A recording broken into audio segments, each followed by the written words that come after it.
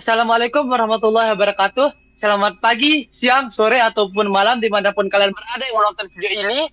Kami dari IF4907 yang beranggotakan 3 orang. Yang pertama ada saya sendiri yaitu Pak Isra Ramlan Ansori dengan NIM 1030 125 Yang kedua yaitu ada Raditya Riyandika Irfani dengan NIM 1030 125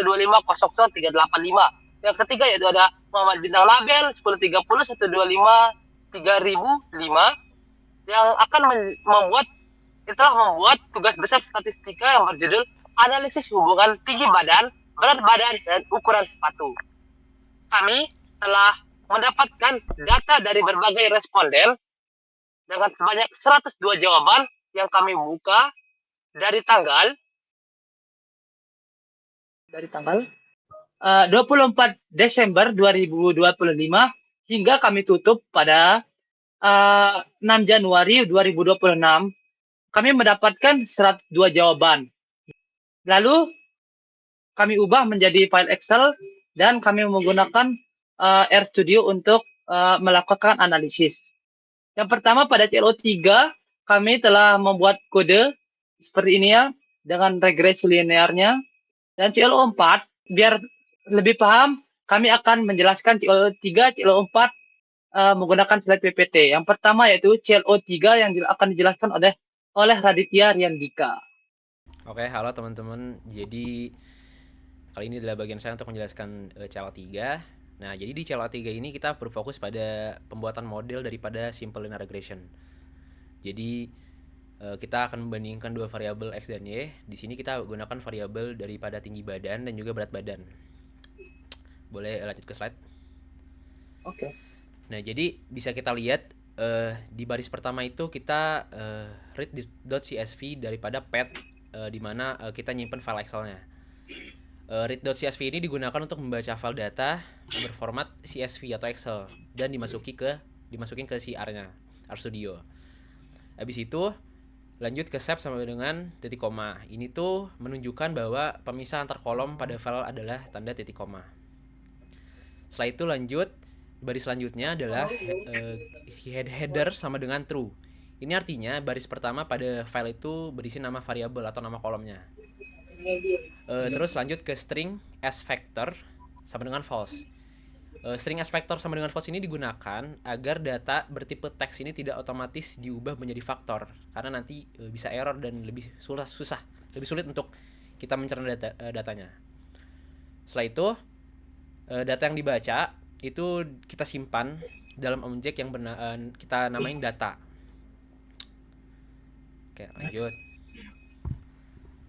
Nah, setelah itu kita akan menampilkan struktur datanya seperti jumlah baris dan kolom dan nama variabel dengan code str data.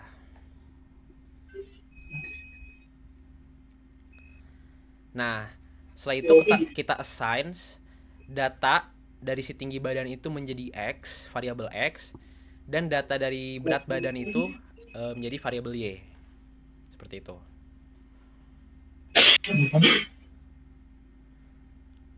Nah, setelah itu, ini adalah yang cukup penting, yaitu LM. LM ini digunakan untuk membuat model regresi linear atau linear model. Nah, setelah itu, berat badan, tinggi badan, berarti berat badan sebagai variabel terikat Y, dan si tinggi badan ini dijadikan variabel bebas Y, X. Setelah itu kita tampilkan hasil lengkap analisis regresinya seperti nilai intercept dan koefisien regresi, nilai R-squared, nilai p-value. Setelah itu uji signifikasi model dengan code summary model. Setelah itu ini tuh digunakan untuk menilai apakah hubungan antar variabel ini tuh signifikan atau tidak. Nah, setelah itu kita akan membuat diagram pencar antara tinggi badan dan berat badan. Main memberi judul grafik. Setelah itu Xlab dan Ylab memberi label daripada sumbu X dan sumbu Y. PCH sama dengan 19 itu kita akan menentukan bentuk titiknya, yaitu bulat solid. Nah, setelah itu menambahkan garis regresi linear ke dalam grafik Di sini model itu adalah model daripada si regresi yang kita gunakan. Kita akan menggunakan color blue untuk memberi warna biru pada garis. Dan LWD sama dengan itu kita mengatur ketebalan garisnya, seberapa tebalnya. Nah, kalau tadi kodenya di run, kita akan terlihat grafiknya seperti ini, seperti di RStudio-nya, seperti itu. Baik, Ya. sudah. Baik, lanjut ke CLO 4 akan dijelaskan oleh teman saya yang satu lagi yang bernama Muhammad Bintang Nabel. Yuk, masuk. Oke, kali ini saya akan menjelaskan tentang CLO4. Apa aja yang ada di CLO4 ini menjelaskan tentang EDA atau singkatan dari Exploratory Data Analysis, yang dimana akan membandingkan data berdimensi lebih dari 2. Nah, di sini kita bisa lihat dari kode R-nya dan juga hasil-hasilnya. Oke, lanjut ke PPT. Ya. Oke, yang pertama itu kita akan membaca file CSV hasil dari survei. Kemudian sama seperti yang Radit bilang itu tadi, SIP atau titik koma menunjukkan pemisah kolom antara titik dan koma. Titik koma itu header true, berarti baris pertama berisi nama kolom. String as factor false mencegah data teks otomatis diubah menjadi faktor. Dan yang kelima, data tersebut akan disimpan dalam objek data tugas. Next. Ya, namanya folder data tugas. Terus, di line ketujuh ini, itu tuh menampilkan nama-nama kolom yang ada di data. Untuk menampilkan nama-nama kolom yang ada di data. Terus, digunakan untuk mengecek apakah variabel tersebut sudah benar atau masih perlu diperbaiki. Nah, kemudian mengganti nama kolom agar lebih rapi dan mudah dipanggil di R-nya. Kode R-nya. Menghindari error akibat spasi atau karakter khusus pada nama variabel. Oke, di sini di line 20 ini menampilkan hubungan antar variabel, yaitu ada tinggi badan dan juga ukuran sepatu. Berat badan, ada 3 nih, tinggi badan, ukuran sepatu, dan berat badan. Metode itu Pearson itu untuk menghitung korelasi Pearsonnya. His.call itu memberi warna histogram. Warna histogramnya kita memberi warna biru itu. Density true itu menampilkan kurva densitas. Dan yang kelima itu ellipse true. Ellipse true itu menampilkan ellipse korelasinya. Boleh lanjut, Bang? Oke, Bang. Oke.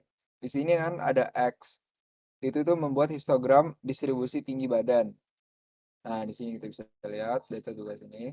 Yang kedua, hasil histogram disimpan ke dalam X untuk digunakan selanjutnya. Nah, jadi data tersebut itu disimpan kepada variabel X. Oke, Bang. Nah, di sini ada segmen menambahkan garis horizontal merah di tengah setiap batang histogram.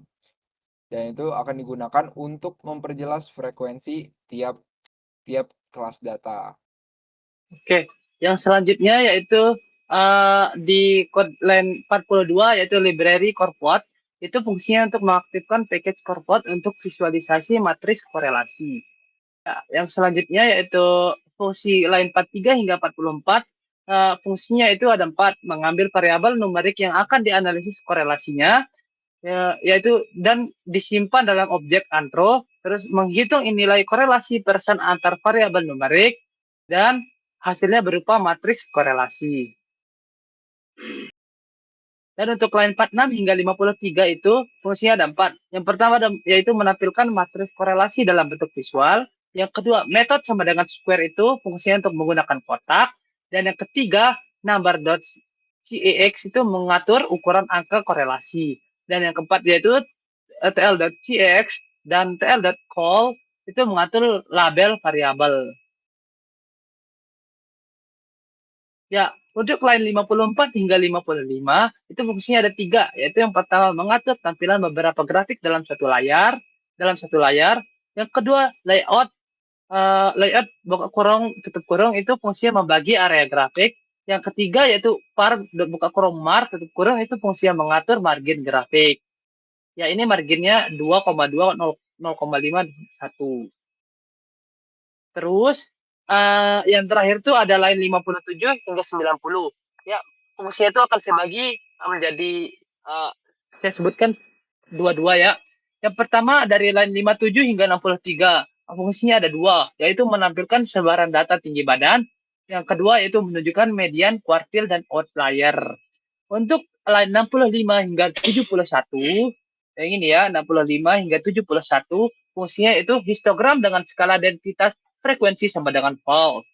Yang keempat yaitu Ines dan density menambahkan kurva kepadatan untuk melihat pola distribusi data. Dan yang lain 73 hingga 81 itu fungsinya membandingkan distribusi tinggi badan berdasarkan jenis kelamin. Terus yang fungsi kedua itu memudahkan melihat perbedaan media dan sebaran data. Dan untuk box plot atau line dari 83 hingga 90 itu fungsinya membandingkan ukuran sepatu antara laki-laki dan perempuan. Dan yang kedua itu menunjukkan perbedaan karakteristik fisik berdasarkan gender. Sekian untuk pemaparan materi CLO4. Yang selanjutnya ada kesimpulan CLO3 yang akan dibacakan oleh Raditya. Masuk. Oke teman-teman, jadi kesimpulan dari CLO3 ini berdasarkan hasil analisis regresi linear sederhana antara tinggi badan sebagai variabel independen X dan berat badan sebagai variabel dependen Y yang telah kita tadi buat, kita dapat simpulkan bahwa terdapat hubungan linear positif antara tinggi badan dan berat badan daripada responden yang telah kami kumpulkan. Hal ini tuh nunjukin bahwa memang semakin tinggi badan seseorang itu, maka cenderung semakin besar pula berat badannya. Model regresi yang diperoleh mampu menggambarkan pola hubungan antara kedua variabel, yang ditunjukkan oleh garis regresi pada diagram Pencar yang mengikuti sebaran data. Hasil uji signifikansi pada model regresi menunjukkan bahwa variabel tinggi badan berpengaruh terhadap berat badan, sehingga tinggi badan dapat digunakan sebagai salah satu faktor dalam memprediksi berat badan.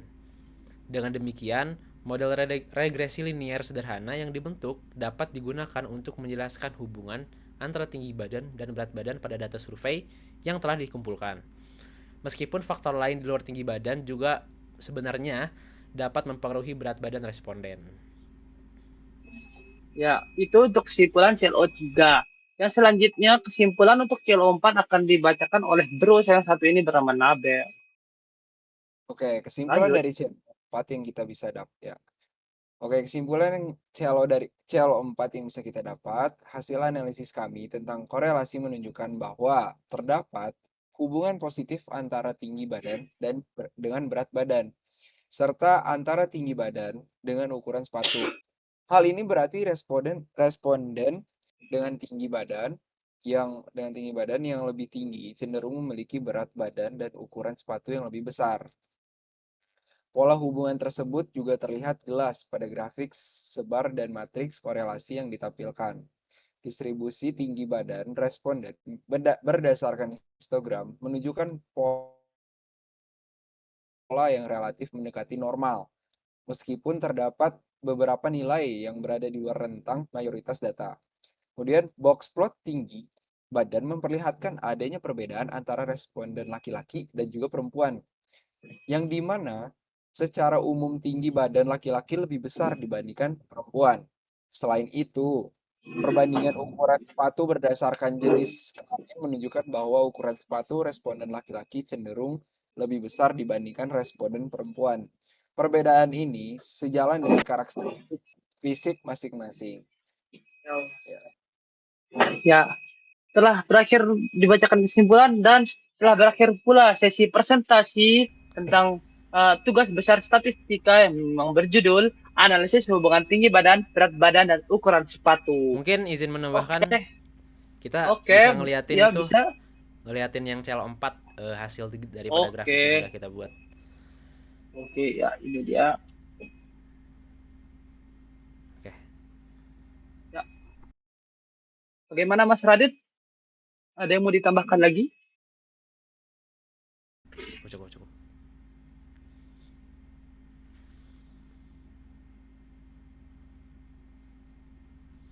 Dah. Oke. Ya, untuk laporannya akan akan kirimkan melalui LMS. Dan sekian video presentasi dari kelompok kami. Wabillahi taufiq wal hidayah. Wassalamualaikum warahmatullahi wabarakatuh. Bye bye. Jangan lupa subscribe. Terima kasih.